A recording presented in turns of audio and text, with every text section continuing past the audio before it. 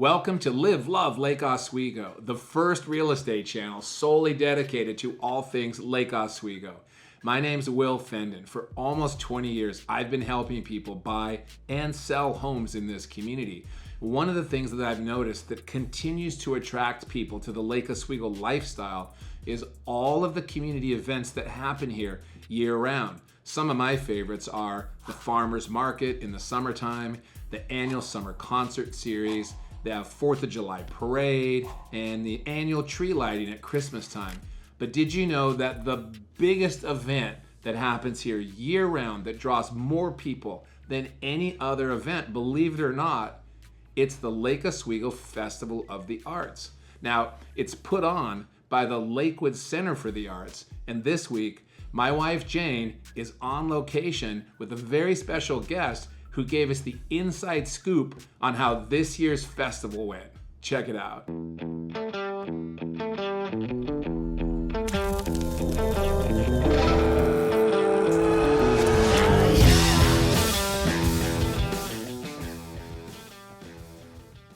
Hi, I'm Jane Fendon for Live, Love, Lake Oswego, and I'm sitting here with Natalie Wood from the Lakewood Center of the Arts, and I want her to introduce herself and tell us what she does here. So like she said, I'm Natalie, and I am the Artistic Development Director and Coordinator for the Lake Oswego Festival of the Arts. And what the festival is it is a free event, arts education event, put on by Lakewood Center. And it's been running for 61 years, and we have 2 venues. It goes on here at Lakewood Center and also at George Rogers Park.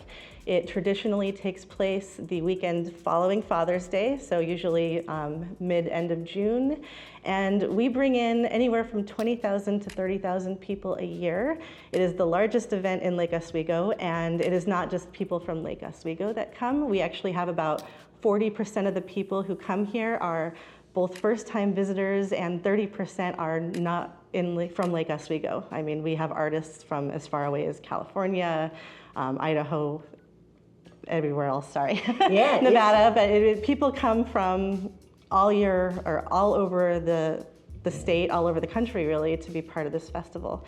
And we have our artists, plus we have schools that we work with. This year we had 22 different schools that we worked with to get their art, and it's just a really good time. It's art, it's music, it's food, and it's a wonderful kickoff to the summer in Lake Oswego.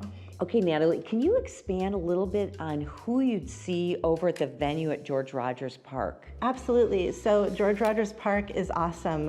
It is over 100 artists, and it is a juried fine art show, meaning artists have to apply. We get hundreds and hundreds of applications a year to be in that show. So they are their own small business owners, really. They come from all around the western states, and they apply in November, and they're accepted in around March or April. And it's just a huge variety. Our awesome curator, his name is Nicky Cook, he really wanted to bring in new artists this year. So we have emerging artists where this is their first year ever displaying at an art festival and selling from a booth. We have people who've been with us for decades. We have people who do pottery, jewelry, there's fabric art. We had an awesome artist who did felt chickens, and each chicken had a unique name, and basket maker. Basket making, woodworking, and of course all of the oil painters, acrylic painters, photographers. So, our curator wants to make sure that anyone coming into the park can find something that they like. So you might not like baskets, but you really enjoy woodworking, or you are looking for that perfect ceramic piece to buy somebody as a wedding gift. Yeah. And he wants to make sure that anyone walking into the park can just browse, 100 plus amazing artists and find something that they love. Natalie, tell us a little bit more about some of the musicians that played over at George Rogers Park on the main stage. Sure. Great.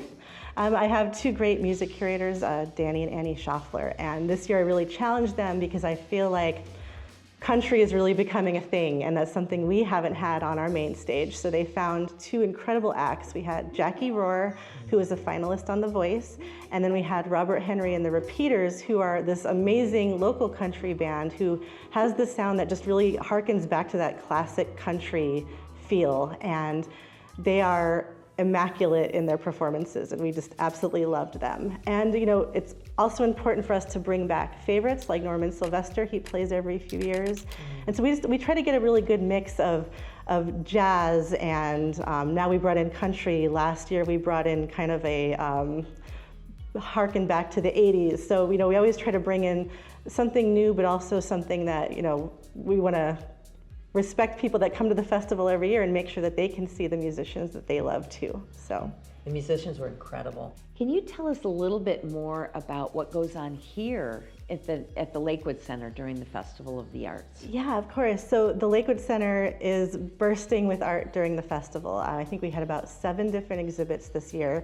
They change every year. I mean, they might be the same kind of structure. For instance, we always do a small work show, but it's important for me to really keep things fresh. I don't want people to ever get festival fatigue and say, oh, I can just miss this, it'll be the same. I never want people to think that. So this year we were really youth-centric. Our overwhelming theme was Imagine That. And I had read this study about how creativity is on the decline in America, and they test creativity every year. And because of the pandemic, because we're always on our screens, and I thought, let's have a festival just focused around creativity and also bringing in the youth component. Because while this festival's been going on for 61 years, it's, I agree with Jacques Cousteau, who said you cannot love a thing before you can understand it. And we have to introduce or be aware that we have 40% new people coming in, and Lake Oswego as a city is growing huge with lots of new families coming in. So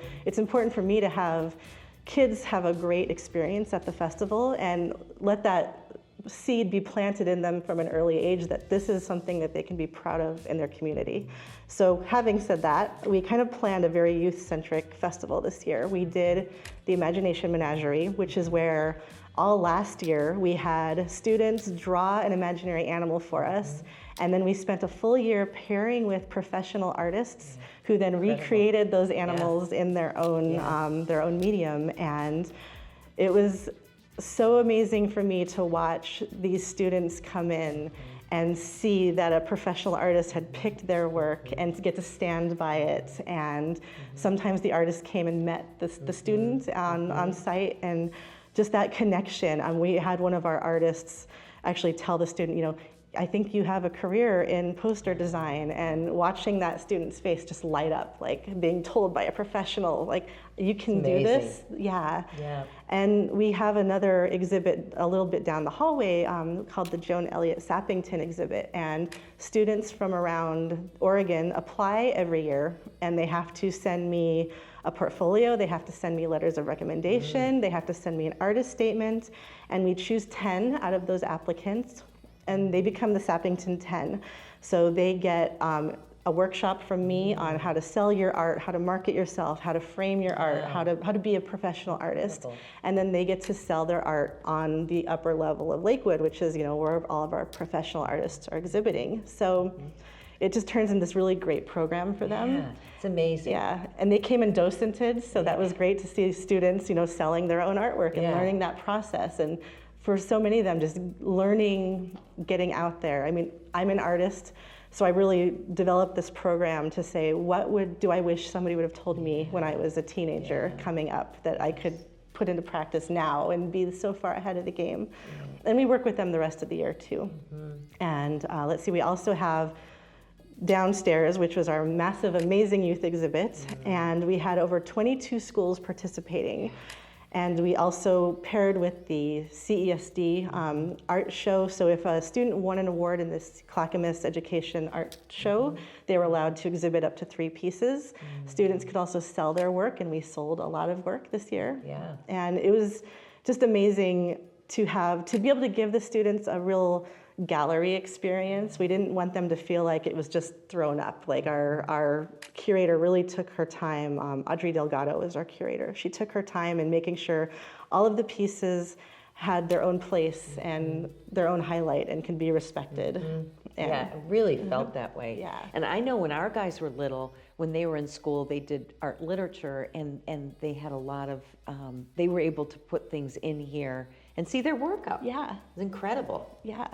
Wonderful outreach to the community. Absolutely. And our festival really gives artists, a lot of artists, sometimes their first break into the professional world. Like if you talk about the open show tent that is in our parking lot, I think we had over 100 different artists, and many of them, that's their first time ever putting their piece of artwork up for the public to see. And again, as an artist, that is terrifying to be that person Very the first exposed. time. Exactly. But the other side of that, and just like with the youth exhibits, is we have panels of judges that come through. They win awards. They get an awards ceremony. They get that recognition. So, it can really launch somebody's career or motivate them to keep going as an artist. We're so inspired by everything that happens at the festival each year. What is your main goal for the Festival of the Arts each year? Sure. I mean, I think, as part of Lakewood's commitment to inspiring a love of the art, I want everyone that comes through the door to either be inspired by something, educated by something, or to just find hope or a sense of community. So if you've come to the festival, I hope that one of those three things, or maybe all three of those things, happened for you. Oh, that's really beautiful. Tell us a little bit about the Ethiopian project. Sure. That was amazing. Yeah, so the D. Denton Gallery, which is where we're sitting right now, we always try to bring in something kind of incredible because it's up for an entire month. So we partnered with this organization called Open Hearts, Big Dreams, and their whole mission is to promote literacy in Ethiopia, where the literacy rates are very low, and one of the biggest problems that they face is that access to books is extremely hard to get. They might have libraries, but people aren't allowed to check books out, or the books just aren't getting to the villages. So something that they do is they work with artists, and they have a really unique process where they have artists that create art, and then they write a book around the art. So it's this really interesting kind of collaboration with the writers and the artists. And they've published hundreds of books in multiple languages, and they all go free to Ethiopia, and then you can also buy them in different languages. Like they have stuff translated into Greek, into Spanish, all sorts of languages, just to get their message out to a diverse body of people.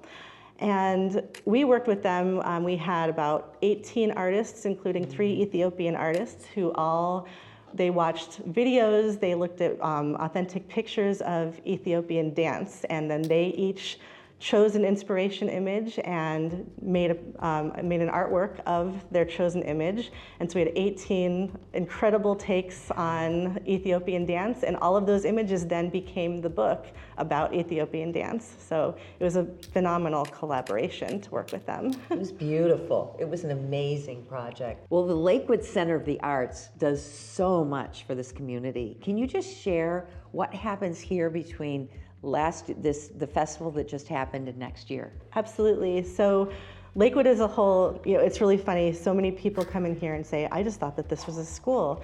And we have a live professional theater, we have classes, we have groups that come, we have an art gallery, we have so many things that are constantly happening. We have Jersey Boys now, we have RUR next, we have A Christmas Story as our holiday thing. So there's always live theater, which is amazing.